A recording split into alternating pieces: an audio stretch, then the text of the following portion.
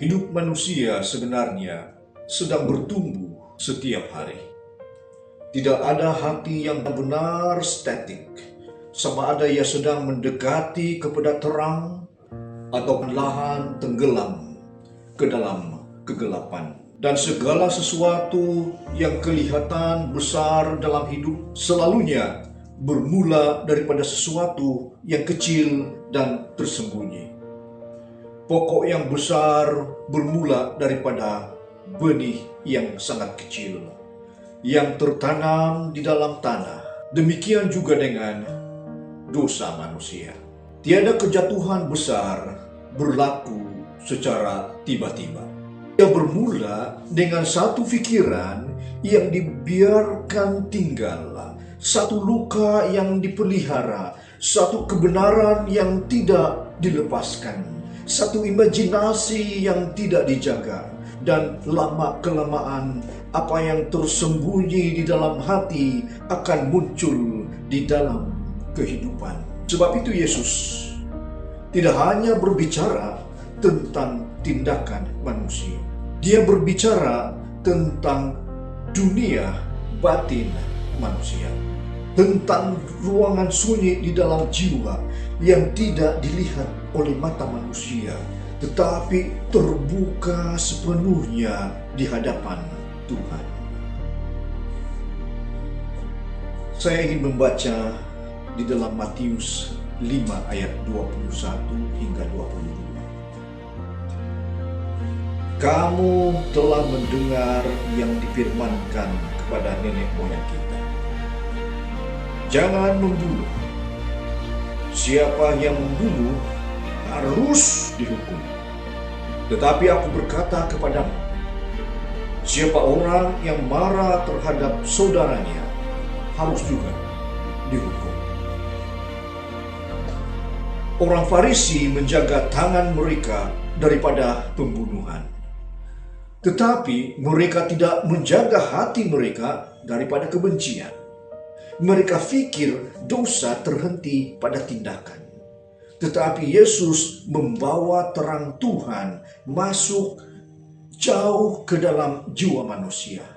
Dan di sana, di ruang hati, tersembunyi kemarahan, dendam, iri hati, kata-kata yang melukai, jiwa yang perlahan-lahan menjadi keras.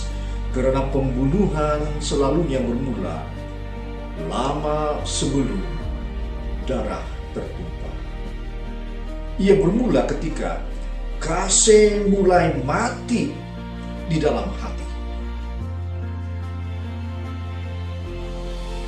Benih tidak berbunyi ketika ia bertumbuh. Ia bekerja dalam diam. Akar masuk perlahan-lahan ke dalam tanah tanpa disadari sesiapa. Saudara-saudari, begitu juga dengan dosa.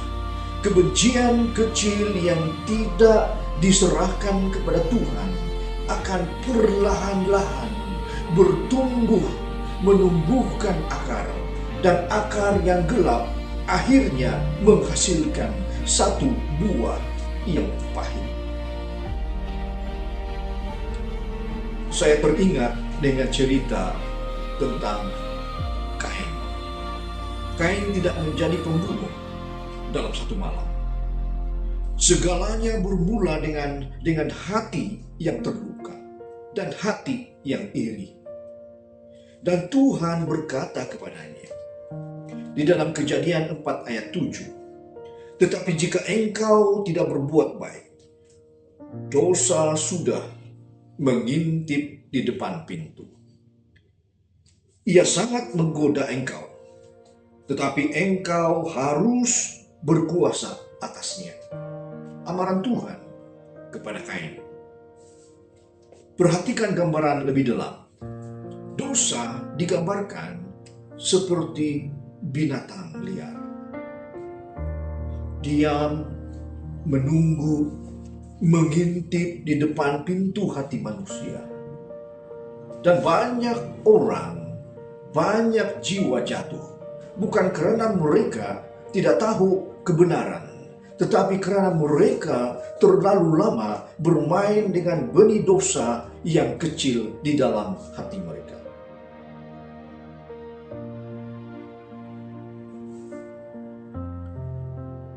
Ada kemarahan yang meledak seperti api, tetapi ada juga kemarahan yang lebih berbahaya. Kemarahan yang diam-diam, kemurungan yang dipendamkan, kepahitan yang disimpan, dan luka yang tidak dilepaskan. Dan tanpa disadari, jiwa menjadi gelap sedikit demi sedikit.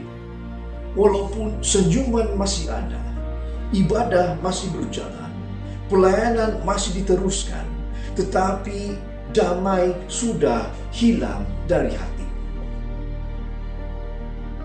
Saya ingin membaca lagi di dalam Efesus 4 ayat 26 hingga 27. Apabila kamu menjadi marah, janganlah kamu berbuat dosa. Janganlah matahari terbenam sebelum padam amarahmu, dan janganlah beri kesempatan kepada iblis. Kemarahan yang dipelihara akhirnya menjadi rumah bagi kegelapan. Saudara-saudari, dosa bermula di hati. Tetapi ada satu lagi yang tidak kurang penting kita ketahui. Matius 5 ayat 27 hingga 28. Kamu telah mendengar firman, jangan berzina, tetapi aku berkata kepadamu, setiap orang yang memandang perempuan serta menginginkannya sudah berzina dengan dia di dalam hati. Yesus membawa peperangan rohani ke tempat yang paling tersembunyi, yaitu pikiran manusia. Karena ada dosa yang belum dilakukan oleh tubuh, tetapi sudah lama hidup di dalam imajinasi. Saudara dan saudari, tahukah kita, setiap manusia memiliki satu pentas wayang yang tersembunyi di dalam pikiran. Satu ruang yang sunyi, tempat di mana kenangan diputar, fantasi dibina, kemarahan dihidupkan, dan dosa diberi tempat untuk bernafas. Dan apa yang sering dimainkan di dalam pikiran, akhirnya saudara-saudari akan turun ke dalam hati. Apa yang memenuhi hati akhirnya menguasai kehidupan. Hari ini ramai manusia kalah dalam peperangan bukan di luar, tetapi di ruang kecil yang bernama screen atau layar. Telepon yang berada di tangan kita boleh menjadi satu jendela kepada kebaikan dan terang, tetapi ia juga boleh menjadi satu pintu kepada kegelapan. Setiap hari jiwa manusia dibanjiri dengan image, dengan suara, dengan hiburan, sensuality, kebisingan dunia, dan sedikit demi sedikit dunia mulai menulis sesuatu di dalam hati manusia. Teringat kisah Raja Daud. Raja Daud tidak jatuh di dalam dosa dalam satu saat. Kejatuhannya bermula dengan pandangan yang tidak dijaga. 2 Samuel 11 ayat 22. Pada suatu petang bangunlah Daud dari tempat pembaringannya. Lalu dia berjalan-jalan di atas sotoh istana. Dari atas soto ia melihat seorang perempuan yang sedang mandi. Satu pandangan, saudara-saudari, menjadi satu bayangan.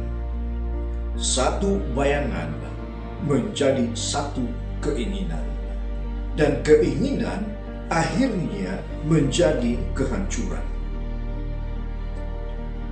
Karakter tidak runtuh secara mendadak, tetapi dia bermula dengan keretakan perlahan-lahan di dalam hati. Apa yang mengisi pikiran akan membentuk jiwa. Ayat yang penting, Filipi 4 ayat 8. Jadi akhirnya, saudara-saudara, semua yang benar, semua yang mulia, semua yang adil, semua yang suci, semua yang manis, semua yang sedap didengar, pikirkanlah semuanya itu. Pikiran manusia seperti taman. Apa yang ditanam, itulah yang akan bertumbuh. Jika hati dipenuhi dengan ketakutan, hawa nafsu, kepahitan, dan dunia, maka jiwa perlahan-lahan menjadi kering. Tetapi apabila firman Tuhan memenuhi hati kita, damai mula bertumbuh. Kisah dan kasih mula baik dan mula hidup. Karakter Kristus mula berakar di dalam jiwa manusia. Saudara-saudari, sebenarnya Tuhan ingin memberi hati yang baru. Janji di dalam Yeskiel 36 ayat 26. Kamu akan kuberikan hati yang baru dan roh yang baru di dalam batinmu. Janji yang sangat indah. Inilah keindahan firman Tuhan. Tuhan tidak hanya datang untuk menutupi dosa manusia. Dia datang untuk memberi pembaharuan hati manusia. Tuhan membersihkan pikiran yang kotor, melembutkan hati yang keras, menyembuhkan jiwa yang luka, dan mematahkan rantaian dosa yang tersembunyi. Tidak ada hati yang terlalu gelap bagi kasih Tuhan. Saudara-saudari, mungkin manusia hanya melihat kehidupan luar kita. Tetapi Tuhan melihat setiap benih yang sedang bertumbuh di dalam hati kita. Dan malam ini pertanyaannya bukan apa yang terlihat dalam hidup kita, tetapi yang paling penting, apa yang sedang hidup di dalam jiwa kita. Karena suatu hari nanti, apa yang tersembunyi di dalam hati akan menjadi nyata di dalam kehidupan kita. Saudara-saudari, saya ingin merayu, jika hari ini ada hati yang letih berperang dengan pikirannya sendiri, dengar baik-baik. Tuhan belum menyerah ke atas hidupmu. Dia masih mampu menanam benih-benih kebaikan yang baru. Benih damai, benih kekudusan, benih kasih, dan benih kehidupan. Dan apabila Tuhan menguasai hati manusia, bahkan tanah jiwa yang paling kering pun masih boleh dikembalikan supaya taman itu akan berbunga. Saudara dan saudari, tidak ada pengharapan lain di dalam kehidupan kita selain daripada mengharapkan, berdoa, meminta, menyerahkan seluruh kehidupan kita di bawah pimpinan. Kiranya Tuhan akan masuk di dalam hati kita dan memulakan kerajaan surga itu, supaya kita akan sedia memasuki di kerajaan surga yang telah tersedia untuk kita, di mana kehidupan tidak ada lagi ratap tangis, tidak ada lagi penyakit, tidak ada lagi kematian, tidak ada lagi kesedihan. Saudara-saudari, semoga kita semua akan berada di tempat itu, tempat yang belum pernah ada imajinasi manusia telah membayangkan keindahannya. Dan kita akan hidup bersama dengan pencipta kita sendiri, Tuhan